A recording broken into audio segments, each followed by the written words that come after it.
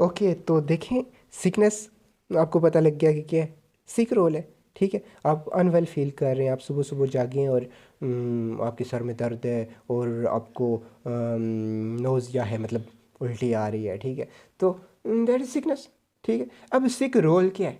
उस सिकनेस की वजह से आपके अंदर जो पोटेंशियल ख़त्म हो गया, आपके वर्क करने का, आपके काम करने का। आपने कॉलेज जाना था या आपने ड्यूटी करनी थी, वो आपकी रूटीन ड्यूटी जो है डिस्टर्ब हो गई। This is known as sick role.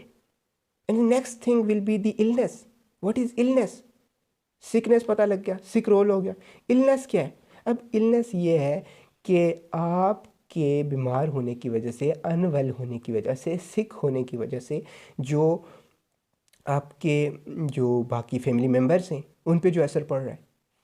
ठीक है, दिस इज़ इलनेस, कि वो आपको उठाएंगे, ले जाएंगे हॉस्पिटल में और सारा वो उनके ऊपर भी एक स्ट्रेस आएगी और ये सारा जो कंडीशन है, this is known as illness. Okay, तो ये चंद एक टर्म्स थी जो कि मैंने आपको समझानी थी। अब मैं आपको समझाता हूँ कि what is integrated model of health care. Okay, so सबसे पहले मैं आपको बताऊं कि देखें, जब स्ट्रेस आई, ये जो ग्राफ बना हुआ ना, मैं आपको बताता हूँ, ये बड़ा ही इम्पोर्टेंट है और इससे आपको अच्छे से समझ आ जाएगी बात। ठीक है, देखें, ये परफॉर्मेंस दी हुई है वाई एक्सिस पे और एक्स एक्सिस पे क्या दी हुई है, स्ट्रेस दी हुई है। ठीक है, जब स्ट्रेस बढ़ती गई तो परफॉर्मेंस बंदे की बढ़ती जाती है। जाहिर है, एग्ज़ाम था, स्ट्रेस थोड़ी बढ़ी तो परफॉर्मेंस भी बढ़ी, बंदे ने तैयारी शुरू कर दी। स्ट्रेस और बढ़ी तो यू स्ट्रेस की कंडीशन आ गई। ठीक है ना, यू स्ट्रेस मतलब अच्छी वाली स्ट्रेस, जो आपको मदद कर रही है आपके काम में और मज़ीद आप जोश के साथ काम करना स्टार्ट कर देते। ठीक है, उसके बाद देखें, स्ट्रेस और बढ़ी, स्ट्रेस नहीं कम हो रही, लेकिन स्ट्रेस के बढ़ने के साथ आप एग्जॉस्ट हो गए, आप थक गए। आपने बहुत जोश के साथ काम किया लेकिन उसके बाद आप थक गए, एग्जॉस्ट हो गए, लेकिन स्ट्रेस नहीं कम हो रही, स्ट्रेस और बढ़ रही है। उसके बाद एग्जॉस्ट हो जाएंगे और आपकी परफॉर्मेंस, जो वर्क एक्टिविटी की आपकी परफॉर्मेंस की जो एक कैपेसिटी थी, that capacity is going to be down. ठीक है, वो डाउन होना शुरू हो जाएगी। देखें, यहाँ से ग्राफ गिरना शुरू हो जाता है और एग्जॉस्ट होने के बाद आपकी परफॉर्मेंस, ये देखें, परफॉर्मेंस कम हो रही। ठीक है, और ये कौन सी कंडीशन है? ये है डिस्ट्रेस की कंडीशन कह सकते हैं आप, या स्ट्रेस ओवरलोड कंडीशन कह सकते हैं। ठीक है ना, और उसकी वजह से क्या हो जाएगा, बर्न आउट हो जाएगा, मतलब फेलियर, ब्रेक डाउन हो जाएगा आपका। आप गिव अप कर देंगे, आप हाथ खड़े कर देंगे और आप हार मान जाएंगे। आप कहेंगे कि नहीं भाई, मुझसे नहीं हो पा रहा, मैं नहीं कर सकता। This is the extreme stress condition. ठीक है ना, तो अब हम बात करें integrated model of health care की, तो इसमें क्या चीज़ें आती हैं? इसमें मेन फैक्टर्स जो हैं वो हैं वही फैक्टर्स, 4-5 फैक्टर्स हैं जो कि हमें ट्रीटमेंट में मदद देंगे।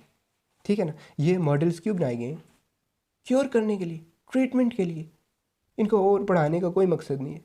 इनका मकसद ये कि आप डॉक्टर बन रहे हैं, आपको पता हो कि मैंने सिर्फ मेडिसिन से ही क्योर नहीं करना पेशेंट का, बल्कि मैंने अपने ये मॉडल्स भी अप्लाई करने उन पे। पहला मॉडल हमने कर लिया था, बायो साइको सोशल मॉडल। अब दूसरा है integrated model of health care clinical scenario. Scenario दिया हुआ, ये सिनेरियो हम नहीं पढ़ेंगे भाई, क्यों पढ़ें हम?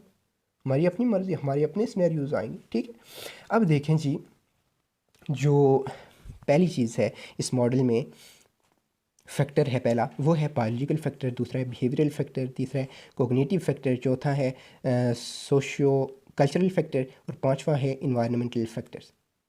इन पांचों फैक्टर्स को हम जब मैनेज करेंगे तो ये मॉडल सेटिस्फाई होगा और patient will be fully treated, जो उसका हक है वो अदा हो जाएगा इस मॉडल के मुताबिक। पहली चीज़ देखें, बायोलॉजिकल फैक्टर डिस्टर्ब हो गया, जैसे कि इंसुलिन रेजिस्टेंस आ गई बंदे में, डायबिटीज़ टाइप 2 हो गई इसको। ठीक है, अब उसकी वजह से उसमें क्या हो रहा है, कार्बोहाइड्रेट मेटाबॉलिज्म नहीं हो रहा, इंसुलिन उसकी नहीं बन रही और ग्लूकोज हाई हो रहा है, हाई हो रहा है, हाई हो रहा है। उसको मैनेज कैसे करेंगे? Metformin, that is best treatment. Drug देंगे हम उसको, मेटफॉर्मिन ड्रग का नाम है। उससे क्या हो जाएगा, उसकी इंसुलिन रेजिस्टेंस कम हो जाएगी और वो ठीक हो जाएगा। ठीक है। दूसरी चीज़ बिहेवियरल फैक्टर्स। देखें, एक preference for high calorie sugar rich food. एक बंदा ले रहा है, ठीक है, क्या हाई कैलोरी फूड ले रहा है, यानी उसमें शुगर बहुत ज़्यादा है, और उसका लाइफस्टाइल जो है वो है जी सीडेटरी, मतलब वो लेटा रहता है और बाहर कहीं आउटिंग शॉटिंग नहीं है। ठीक है, सीडेटरी लाइफस्टाइल है, लग्जरीज, स्ट्रेसफुल जॉब है उसकी, और अनहैप्पी मैरिड लाइफ है उसकी। ठीक है, यानी बीवी बच्चों के साथ भी उसके ताल्लुकात जो हैं तो कोई अच्छे नहीं हैं। अब क्या किया जाए, बीवी बच्चों को छोड़ दिया जाए? नहीं, इसको मैनेज करना है। तो अब हमने इसको मैनेज कैसे करना है, उसको बताना है, उसको समझाना है कि तुमने क्या करना है, चेंजिंग लानी है अपनी ईटिंग हैबिट्स में। तुम जो खा रहे हो ठीक नहीं खा रहे, तुमने ये नहीं खाना और ये खाना है। उसको एक प्रॉपर चार्ट बना के देंगे। ठीक है, उसको बताएंगे कि तुमने फिजिकल एक्सरसाइज करनी है ड्यूरिंग वर्किंग हॉर्स। मतलब एक बंदा बैंक में जॉब कर रहा है, उसको कितना टाइम मिलेगा कि वो उठ के तो एक्सरसाइज करे, लेकिन निकालना पड़ेगा उसे अगर उसने अपनी लाइफ को मेंटेन करना है, अपने बीवी बच्चों के साथ अच्छे ताल्लुकात रखने। He should do that activities, जो कि क्या है, एक्सरसाइज एक्टिविटीज़ हैं, जो कि आउटिंग एक्टिविटीज़ हैं। ठीक है ना। और उसको बताना है कि आपने अपनी वाइफ के साथ ताल्लुकात अच्छे करने के लिए शाम को एक थोड़ी सी वॉक कर लें उसके साथ, 5-10 मिनट की वॉक की बात है बस। और जहाँ भी जॉब कर रहे हैं आप, तो आप ब्रेक्स लें। उन ब्रेक्स में आप क्या करें, थोड़ी सी कोई एक्सरसाइज हल्की फुल्की एक्टिविटी कर लें। ठीक है, उसके बाद अगर और कुछ नहीं कर सकते तो भाई वॉशरूम चले जाएं, जाके अपने मुंह को धो लें, साबुन लगा के धो लें, मना नहीं है। हम मेकअप उतर सकते हैं, लेकिन देखें अपनी लाइफ को आपने मेंटेन करना है तो मेकअप की फ़िक्र नहीं करनी है आपने। आपने अपनी लाइफ को इम्पोर्टेंस ज़्यादा देनी है, लाइफस्टाइल को। ये थी बिहेवियरल फैक्टर और उसकी मैनेजमेंट। तीसरा है कोग्निटिव फैक्टर। कोग्निशन क्या है, देखिए माइंड के अंदर जो आपके थॉट्स हैं, ठीक है, आपकी जो सोचें हैं, वो कोग्निशन है। Disinterest in personal physique and thoughts of growing old, overweight and ugly. एक बंदे के जहन के अंदर ये चीज़ चली गई है। पहला तो बिहेवियर था ना, कि उसका खाली बिहेवियर ही चेंज हुआ था। अब कोग्निटिव फैक्टर आ गया है कि उसकी सोच भी चेंज हो गई है। भाई बिहेवियर ही नहीं चेंज हुआ, सोच भी चेंज है। वो सोच क्या रहा है कि मेरी लुक्स अच्छी नहीं है, मेरी फिगर अच्छी नहीं है, मैं बुरा हूँ, मैं अगली हूँ। एंड वो अगली खुद को कंसिडर करेगा और वो कहेगा मेरी फिजिक्स अच्छी नहीं है, और एक्चुअली वो साबित क्या करेगा, खुद से ही खुद को बताएगा कि एक्चुअली मैं बूढ़ा हो रहा हूँ। हालांकि ऐसी बात नहीं थी, वो बूढ़ा नहीं हो रहा, बट वो कह रहा है कि मैं बूढ़ा हो रहा हूँ। कॉग्निटिव फैक्टर आ गया। मैरिटल स्ट्रेस है उसकी, मतलब जाहिर है एक बंदा दिखता अच्छा नहीं है, उसकी फिजिक अच्छी नहीं है, वो खुद को कह रहा है कि मैं ओल्ड हूँ, मैं बूढ़ा हो गया हूँ। तो उसकी वाइफ के साथ उसकी ताल्लुकात आप खुद सोच लें कैसे होंगे। That will be unsatisfied. ठीक है ना, वो अपनी वाइफ को भी अपने बच्चों को भी सेटिस्फाई नहीं कर सकेगा उस तरह से जैसे उसे करना चाहिए। इसकी मैनेजमेंट क्या है, information and understanding of hazards of over eating. उसे बताना है कि भाई जो तुम खा रहे हो, दिन भर खाए ही जा रहे हो और कोई काम ही नहीं है। इधर बाहर निकला भाई तो अपने दोस्तों के साथ चाय पी ली, उधर बाहर निकला तो समोसा खा लिया, और तीसरी जगह चला गया तो कोक, फिर जी दूसरे दोस्तों के साथ जा रहा हूँ, बिरयानी छीक ली। ये सारी चीज़ें क्या हैं भाई, उसकी लाइफ को स्पॉइल कर रही हैं, उसे मोटा कर रही हैं, उसमें डायबिटीज़ के लाने की फैक्टर्स इंक्रीज कर रही हैं, उसमें कार्डियोवैस्कुलर डिजीजेस, ये चीज़ें सारी आ रही हैं। किस वजह से, सिर्फ इस वजह से कि वो उसका लाइफस्टाइल ये नहीं है, उसकी खाने पीने की हैबिट नहीं अच्छी। और अब देखें उसके अंदर क्या चेंजिंग आई है कि उसकी कॉग्निशन इम्पेयर हो गई है, वो खुद को सोच रहा है कि वो बूढ़ा हो गया है और बूढ़ा हो रहा है। That's why he is feeling himself अगली एंड उसको अपनी फिगर नहीं अच्छी लग रही। तो मैनेज कैसे करना है, उसे बताना है कि खाओ ये, पियो ये, इतना खाओ, सिर्फ ज़्यादा ना खाओ।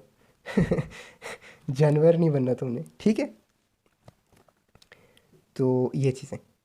अब देखो सोशियो कल्चरल फैक्टर, ये कौन सा फैक्टर है? देखिए सोशियो कल्चरल फैक्टर ये है कि एक बंदे की सोशल लाइफ जो है वो क्लर्क है, ठीक है, और उसकी ड्यूटी होती है ऑफिस में। अब देखें एक क्लर्क जो है उसको लोग ला के मिठाइयाँ वगैरह देते हैं, और ज़ाहिर एक बंदे के बच्चे पास हो गए, उन्होंने अच्छे नंबर ले लिए, एक बंदे के बच्चे डॉक्टर बन गए, अच्छे स्कूल से पढ़ गए, मिठाइयाँ जा रही हैं वो खाए जा रहे, मिठाइयाँ जा रही हैं वो खाए जा रहे, तो उसके अंदर क्या आएगा जी? शुगर ज़्यादा हो जाएगी, डायबिटीज़ के चांसेस हैं। और वही वही बात फिर ये चीज़ लीड करेगी, सोशियो कल्चरल फैक्टर जो है उसको लीड करेगा towards the disease and toward the cognitive impairment, behavioural impairment and even the biological impairment, ठीक है ना। तो देखें नेक्स्ट जो फैक्टर है वो है इन्वायरमेंटल फैक्टर। इन्वायरमेंटल फैक्टर क्या है कि इन्वायरमेंट आपका जो ईटिंग हैबिट्स हैं, आपकी कोलीग्स हैं, उनका अच्छा लाइफस्टाइल नहीं है, तो आपकी उनको देख देख के बस वैसे ही होते जा रहे। इसकी मैनेजमेंट कैसे करेंगे? रिफ्यूज़, से नो, नो कहना सीखो। दोस्त कह रहा है या एनीवन एल्स फ्रेंड आपका कह रहा है कि भाई ये चीज़ खानी है, आप खाए जा रहे हैं, आप उसको मना नहीं कर रहे। आपको कह रहे हैं भाई मैंने चाय पीनी है, तो शायद उसने दिन में पहला कप चाय का लिया और आप 5वीं दफ़ा उसके साथ पी जाएंगे कि भाई मेरा दोस्त है वो पी रहा है, तो मना नहीं करना, नहीं नहीं नहीं, नाराज़ हो जाएगा। ओ भाई नाराज़ वो किस लिए होगा? खाना पीना आपने है, वो नाराज़ नहीं होगा। से नो टू हिम और हर, ठीक है, दैट्स सिंपल। लर्न टू से नो। मना कर दे कि मैंने नहीं खाना, मैंने नहीं पीना, मैंने स्मोक नहीं करना। आपको कोई ज़बरदस्ती नहीं पिलाएगा, नहीं खिलाएगा, ये मैनेजमेंट है, ठीक है। तो ये कौन सा इंटीग्रेटेड मॉडल था? किस चीज़ का? हेल्थ केयर का इंटीग्रेटेड मॉडल। इसमें 5 चीज़ें थी जो हमने कवर की, उनकी उन चीज़ों की, उन फैक्टर्स की मैनेजमेंट देखी हमने, और ये कंप्लीट हो गया। अब लास्ट बट नॉट लीस्ट आखिरी मॉडल है, वो है पब्लिक हेल्थ केयर मॉडल, ठीक है। पब्लिक हेल्थ केयर मॉडल क्या कहते हैं?